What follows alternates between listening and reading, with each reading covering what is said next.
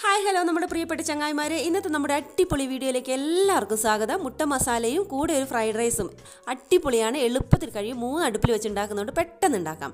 ആദ്യം തന്നെ ഒരു അടുപ്പിൽ നമുക്ക് എന്ത് ചെയ്യാം, ബസുമതി റൈസ് വേവിക്കാനായി വെക്കാം. അടുത്തതായി മുട്ട മസാലയ്ക്ക് മുട്ട പുഴുങ്ങാനായി വെക്കാം. ആ മുട്ട തട്ടിമുട്ടി പൊട്ടാതിരിക്കാൻ കുറച്ച് ഉപ്പൊക്കെ ഇട്ട് അത് അവിടെ നിന്ന് വേവട്ടെ. ഇനി നമുക്ക് ഉള്ളി വാട്ടിയെടുക്കാം. ഒരു പാൻ വെക്കുന്ന, എണ്ണ ഒഴിച്ച് ചൂടായ ശേഷം ഉള്ളി അതിലേക്ക് ഇടുക. അതിലേക്ക് നമ്മൾ എന്ത് ചെയ്യുക, ഇഞ്ചി വെളുത്തുള്ളി പച്ചമുളക് ചതച്ചതും കൂടി അതിലിട്ട് നന്നായിട്ടത് വാട്ടിയെടുക്കുക. അതിലേക്ക് മുളക് പൊടി, മല്ലിപ്പൊടി, മഞ്ഞൾപ്പൊടി, ഉപ്പും കൂടിയിട്ട് അതും കൂടി നന്നായിട്ട് വാടട്ടെ. അതിനുശേഷം തക്കാളി ഇടുക. അതും കൂടി ഇട്ട് കുറച്ച് സമയം അടച്ചൊക്കെ വെച്ച് നന്നായിട്ടൊന്ന് വാട്ടിയെടുക്കുക. ഇനി നമുക്ക് വേണ്ടത് ചിക്കൻ മസാലയൊന്നും വേണ്ട, പെരുജീരകവും ഗ്രാമ്പും കറുവപ്പട്ട ഏലക്കായും കൂടി ചെറുതായിട്ടൊന്ന് ചൂടാക്കി അതൊന്ന് പൊടിച്ചെടുത്താൽ അത് മാത്രം മതി. നമുക്ക് ചിക്കൻ മസാലയുടെ ആവശ്യമേ ഇല്ല. പിന്നെ നമ്മൾ എന്ത് ചെയ്യുക, കുറച്ച് തൈര് ഒഴിക്കുക.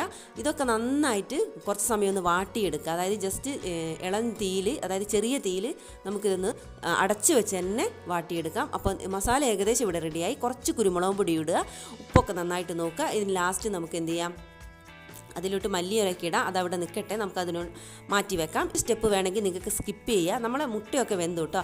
ആ മുട്ടയെ നമുക്കൊന്ന് സുന്ദരനാക്കി എടുക്കാൻ വേണ്ടിയിട്ട് ഒരു പാന് വെച്ച് എണ്ണ ഒഴിച്ച് ചൂടായ ശേഷം തീ ഓഫ് ചെയ്തതിന് ശേഷം മുളക് പൊടി, മല്ലിപ്പൊടി, ഉപ്പ് ഇട്ടതിന് ശേഷം നമ്മുടെ മുട്ട അതിലിട്ടിട്ട് നന്നായിട്ടൊന്ന് കുറച്ച് സമയം ഇളക്കിയെടുക്കുക. അപ്പോൾ ആ മസാലയൊക്കെ മുട്ടയിലേക്ക് പിടിച്ചു വരും. ഇനി നമുക്ക് നമ്മുടെ നേരത്തെ ഉള്ളി മസാലയിലേക്ക് ഈ മുട്ടയും കൂടി ഇട്ട് നന്നായിട്ട് കറിവേപ്പിലയും മല്ലിച്ചപ്പും പുതിനയിലും ഒക്കെ ഇട്ട്, അപ്പോൾ നമ്മുടെ മസാല ഇവിടെ റെഡി. ഇനി നമ്മൾ നേരത്തെ വേവിച്ച ചോറിന് ആദ്യം ഒരു പാത്രം വെക്കുക. അതിലേക്ക് നെയ്യ് ഒഴിക്കുക. അതിലേക്ക് പിന്നെ നമുക്ക് എന്ത് ചെയ്യുക, നേരത്തെ പോലെ തന്നെ ഏലക്കായും ഗ്രാമ്പും കറുവപ്പട്ടയും ഒക്കെ ഇട്ട്, അതുപോലെ പിന്നെ കറുവയുടെ ഇലയൊക്കെ ഇട്ട് നമുക്ക് എന്ത് ചെയ്യുക, അതൊന്ന് മൂപ്പിച്ചെടുക്കുക. അതിനുശേഷം വെളുത്തുള്ളിയും കൂടെ ഇടുക. അതും ഒന്ന് മൂത്ത് വന്ന ശേഷം നമുക്ക് എന്ത് ചെയ്യാം, നമ്മുടെ കയ്യിലുള്ള അത്യാവശ്യം വീട്ടിലുള്ള പച്ചക്കറികളൊക്കെ ഇടാം. അതായത് ക്യാരറ്റ്, കാബേജ്, ബീൻസ്, ബ്രോക്കോളി, അങ്ങനെയുള്ള ഉരുളക്കിഴങ്ങ് ഒക്കെ ഇടാം. ഞാൻ അത്യാവശ്യം എൻ്റെ അടുത്തുള്ള പച്ചക്കറികളൊക്കെ ഞാൻ ഇട്ടിട്ടുണ്ട്.